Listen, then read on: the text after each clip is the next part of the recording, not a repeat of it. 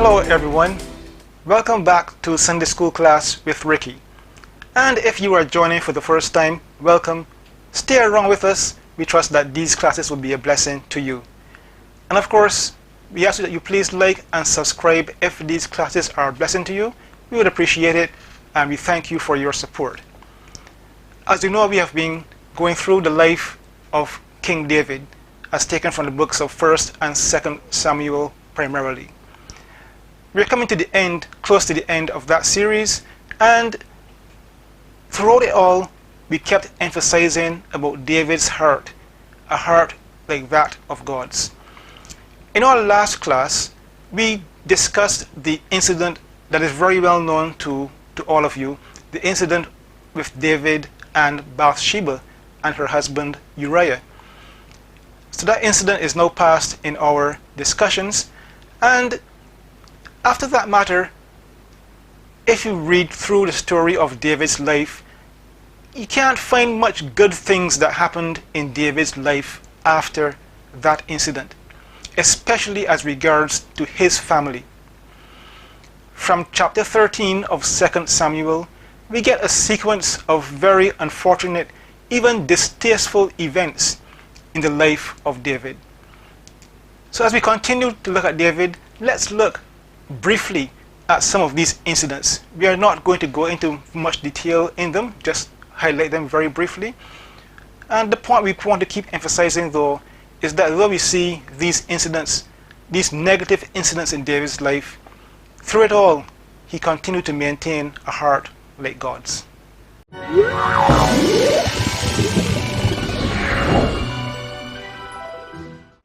2 Samuel 13 brings us to the first of these unintended consequences of David's indiscretion with Bathsheba.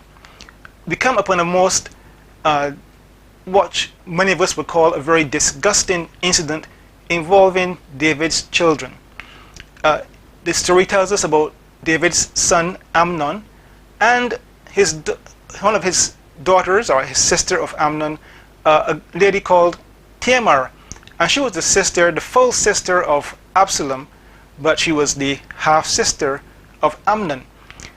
The mother of Tamar and Absalom was a lady called Maacah, and she was the daughter of Talmai, the king of Geshur. So David's marriage to Maacah was likely a political alliance, and she became one of his wives during his reign in Hebron. The story tells us that Tamar was very beautiful, and Amnon lusted after her, his own sister. We then get introduced to a person called Jonadab, who was a friend of Amnon, and he came up with this plan with how Amnon could get Tamar alone so that he can essentially have his way with her. The plan is executed, and Amnon eventually gets Tamar alone, takes advantage of her, and then immediately after that he despises her and seeks to get rid of her. So essentially he has brought shame upon Tamar. Absalom, who is, you recall, Tamar's full brother, hears about this, and he immediately starts planning his revenge against Amnon. He takes Tamar into his house, and he bides his time for his suitable opportunity to get back at Amnon.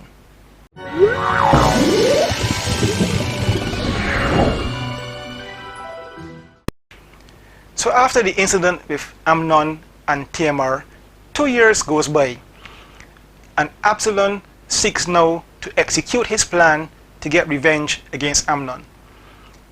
So he has what is known as a sheep shearing feast, and he invites all the king's sons to come and attend this feast. Now you will see sheep shearing feast mentioned a number of times in the Old Testament. It's something that typically occurred around the springtime, and it was marking the end of a season of care and the beginning of abundance for those who were involved in that practice. It was a time to gather wool, which was a valuable commodity for clothing and trade. And so the sheep shearing was often accompanied by large feasts, music, and communal joy. The feast was meant to symbolize prosperity and giving thanks for God's provision, much like harvest festivals as you would be familiar with. The hosts were expected to share their abundance with guests and with their workers. You recall the story in 1 Samuel 25 when David sends his men to Nabal during his sheep shearing activities, and David was expecting generosity because that's what happened during those times. Of course, Nabal, you know the story, Nabal refused, and that nearly resulted in him being killed by David and his men. But so oftentimes these gatherings were used for political and family purposes. So Absalom now uses this sheep shearing festival to gather the king's sons in order to orchestrate Amnon's murder. And this is all found in 2 Samuel chapter 13. So these events, can be used for strategic purposes. So the conspiracy is made. Absalom invites all the king's sons. All the king's sons attend, including Amnon. And the plan is executed, and eventually they end up taking Amnon's life. When this happens, everyone flees back to their home, and word reaches David that Absalom has taken the lives of all of the king's sons. This, of course, was a shock to David, and he starts to grieve, of course, thinking that he has lost all of his sons. But then eventually word comes to him, and the situation is clarified that it's really only Amnon that is dead. Some relief, but still, of course, grieving the loss of his son. But we see here, after this incident, that David takes no real action against Absalom. Neither did he take any real action against Amnon for what happened to Tamar. So he does nothing eventually. But Absalom does flee, and he goes to Geshur to Talmai, the man who is his mother's father, his grandfather. So he flees there, essentially hides out in Geshur, away from Israel, away from David, and he is there for 3 years.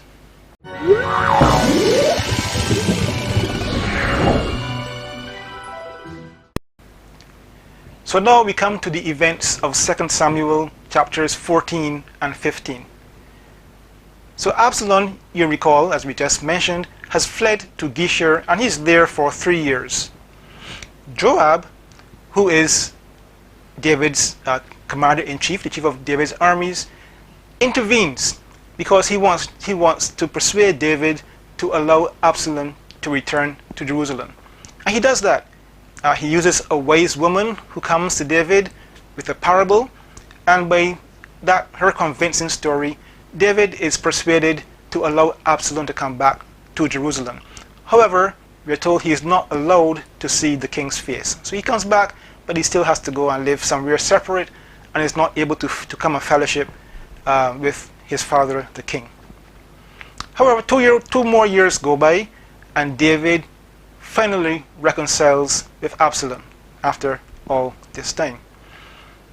But it is now that Absalom starts to implement his own plan, and his plan was to overthrow his father and become king of Israel. So he gets himself all ready. He gets some outriders to run before him whenever he goes anywhere.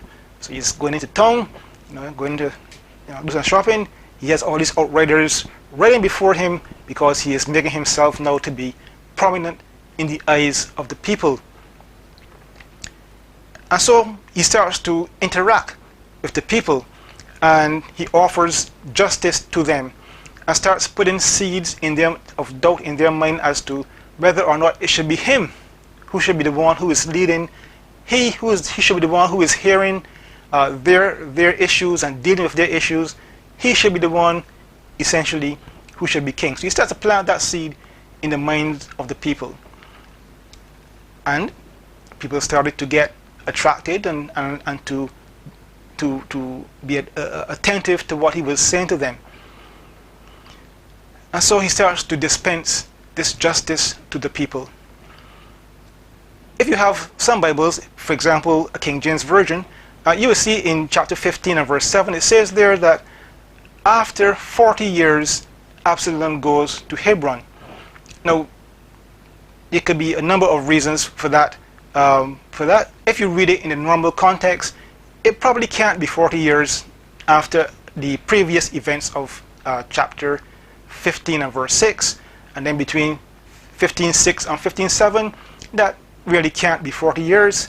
So a couple of things there. Either it is a scribal error, which a lot of people think, or there could be some other, the 40 years is a reference to something else other than normal sequence of activities. But people debate that, but it could be, a number of reasons. You could, have a look at it and decide what you think is the correct and the proper interpretation. But some texts do say 40 years. Other texts, you will see it says 4 years. So you have that. Anyway, that's just for your interest. So after some time, whether it be 40 years or 4 years, Absalom leaves and goes to Hebron. And whilst he is in Hebron, he declares himself to be king. And he had called some soldiers to go with him. And we're told there that the soldiers went with him not knowing that that was his plan. So he kind of deceived them, and they weren't aware of his treachery. But he goes to Hebron, and now he is proclaiming himself to be king. Word comes to David, and he is told that many of the people of Israel are supporting Absalom, and he has drawn these people to himself, and he is declaring himself to be king. David, recognizing that there will be conflict, there will be a war, there will be loss of life, decided that he would leave Jerusalem, he would leave his throne, and he would flee into the country. And this is yet another low point in the life of David. However, we see there, even in that decision to flee rather than to fight, shows his concern for his people, his concern for his own son, and his concern for the country. He thought it best for him to go rather than to have the country embroiled in a civil war. And so he leaves. However, he does leave some loyal followers and spies like Hushai, and they remain behind, and they remained along with 10 of David's concubines. And now David is on the run. And we see some events in chapter 16 that occurred while he was on the run, again, like a fugitive. Remember the days of Saul? Once again, David is on the run, fleeing for his life. Whilst there, he encounters a number of people. He meets Ziba, who comes and essentially lies on Mephibosheth. We won't go into the details, but you can read the story there. He comes across a man called Shimei, who cursed him and threw rocks at him. And David exercised great restraint again. David had all right to go and deal with Shimei because of his disrespect to the king, but David restrains Abishai from doing anything to Shimei, so it allows him to curse and carry on against David. Absalom now is in Jerusalem, and he wants to start behaving like a king.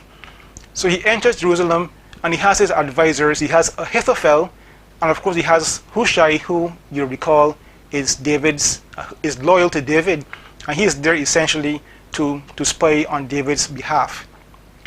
So those two are the counselors for Absalom. Absalom, in order to show the people his great disrespect and dishonor for his father, conspires or creates a scenario where he ends up sleeping or having relationships with those 10 concubines that David left behind. So we told her that he set up a tent on the roof and, in the sight of all the people, dishonored his father. Now, I don't think when they said in the sight of all the people, it means that the people could see what was actually happening inside the tent. I think it just means that the people saw the tent and understood what was going on inside. Right? So, in any event, it was a great dishonor to his father. Chapter 17, we see the strategy and delaying tactics there that saved David's life. Ahithophel wanted to pursue and attack David quickly. Hushai, who again you recall is loyal to David, he counsel Absalom, don't rush. David is a skillful man. Let's take our time. Let's gather a large army, and then let's pursue him, and then we'll destroy him by the force of our numbers. And Absalom liked that counsel, so he went with Hushai's advice. Whilst Hushai caused that delay, he sent word to David, that this attack was coming, so you could prepare yourself. So that delay allowed David to prepare for the coming assault from Absalom's team. Ahithophel, just out of interest to you, when his counsel was rejected by Absalom, he went home, put his house in order, and ended up ending his own life. Which seems like a fairly drastic action to take just because someone didn't listen to your advice, but I guess in those days that's what people did sometimes. Anyway, he's now no longer alive, and the attack is on, and Absalom and his men gather the troops together and they pursue after David. Of course, David, at the time having been warned by Hushai, he escapes across the Jordan and he awaits the arrival of Absalom and prepares for battle.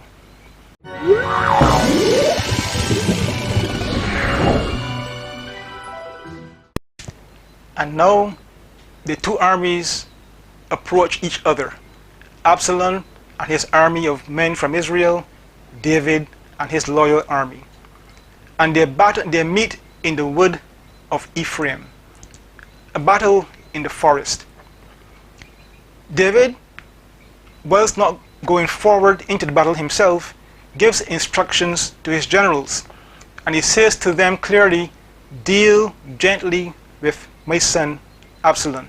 Meaning, of course, don't mistreat him, don't kill him, spare his life, and so on. So that was his instruction to his generals. The battle is joined, there's great fighting, and many lives are lost. In fact, we're told that 20,000 men died, and I'm assuming that's 20,000 from both sides of the battle. That's what I think it means. But great loss of life, which is what David was trying to avoid. But unfortunately, it happened. But David's forces prevail, Absalom's army is defeated, and Absalom flees. We're told that he was fleeing, riding on a mule, and somehow the mule ran under an oak tree, and Absalom's head is caught in the oak tree, and he's stuck, right? And the mule continues riding, and Absalom is left there suspended in midair, hanging by his head in the oak tree. Must have been quite a sight. Someone sees him and goes and tells Joab that Absalom is hanging in an oak tree. Absalom, clearly remembering the words of David, who said, deal gently with my son, proceeded to Absalom, and of course he took Absalom's life. Didn't spare him at all, didn't deal gently with him at all as David had instructed. But that's Joab for you. We'll talk about Joab in a future class. The word comes back to David that the battle is won, but his son Absalom has died. And David mourns deeply, crying, and we see him, oh Absalom, my son Absalom. And David is mourning and crying deeply for Absalom. Now Joab, who of course was the cause of this particular grief, rebukes David and says to David, you are grieving, for your enemy. And it seems to me as though you would have been happy if we had died and he had lived. And that, of course, David was encouraged by that, and he used the opportunity to encourage his troops as well. And David didn't mind taking advice, so he took the advice from Joab, and he kind of toned down the grieving a little bit, and instead decided to encourage his troops. And then he returned in victory to Jerusalem. So there he is, back in his position on the throne in Jerusalem as king of Israel. That rebellion has been put down. Unfortunately though, tensions remain between Judah and Israel. There's always that tension between the two. David settling back in as king, he pardons Shimei at that point, and he restores Mephibosheth to his position, having realized that Ziba had lied on him, and he started to, get back into his normal mode of operation. But in chapter 20 we are told of another rebellion.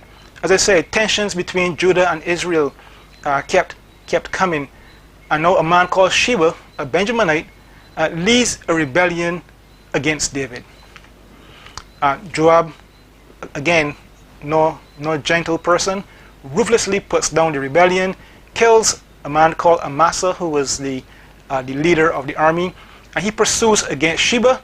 Sheba hides in a city, and Joab has a conversation with a wise woman of that city, and she negotiates with Joab to save the city by sacrificing Sheba. And so Sheba has also now lost his life as a result. And that's the end of that rebellion. We come to chapter 21, and we see that there's more wars again. As you can see, things with David have not settled down at all since the Bathsheba incident. One thing after another. And now there's war with the Philistines. David initially went out to war, but we're told he was very weak, and at one point almost lost his life, but he was rescued by Abishai. And after that, they told him that, David, you can't come on these battles anymore. You're too important. So you stay home and we'll go fight the battles. And that's what David did. But he writes a psalm of praise in chapter 22, and he praised God for the great victory and protection that he continued to give to them in the midst of all these rebellions and battles and wars and so on.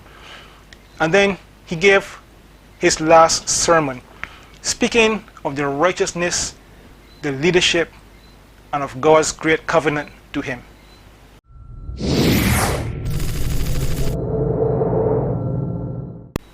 So what is our lesson for today? As I mentioned at the beginning, after the incident with Bathsheba, a number of things happened in David's life.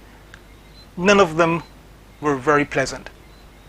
He had the Tamar incident, the Absalom incident, the rebellion, the wars, the constant attacks by the Philistines. A lot of things happened to David and to his family, and they were all negative, probably all very painful to him as he would have reflected on them. And these all happened after the Bathsheba incident. And we know that that was part of God's judgment on David, telling us and showing us that many times our actions, our sins, have unintended and even unexpected consequences. And the problems that David had specifically within his own family, no doubt were a result of some judgment from God because of his incident with Bathsheba. And that is still true today for us when it comes to sinful actions that we take. There will be consequences. Often there will be unexpected and unintended consequences, because that's the way sin works. There's an action, and then there's necessary reactions that follow. And so sometimes when we deliberately do something that we know is wrong, we don't generally think ahead as to what the possible consequences might be. But trust me, there will be consequences. And so that is a challenge to us to be very careful with any actions that we take, especially when we know that that action is contrary to the word and to the will of God. Let's be careful with what we do, because as we saw with David, there are always unintended consequences to our actions. However, we must emphasize again But even through all of these activities, all of these incidences, all of these painful events in David's life, he maintained his integrity, he maintained his heart like God's heart. And we see that in his forgiveness, his kindness, even in the midst of persecution. So let's avoid those consequences, and let's just go on to have a heart like God's, as David showed. If you're not a Christian, trust in the Lord Jesus. He will give you a new heart, and you can have a heart like God's. And for my Christian brethren, continue to serve God, continue to avoid sinful actions that could have negative consequences, and serve Him, and love Him, and have a heart like His. Come back to our next class. We're coming close to the end of this series, and we trust you'll join us as we do so. Until then, God bless you.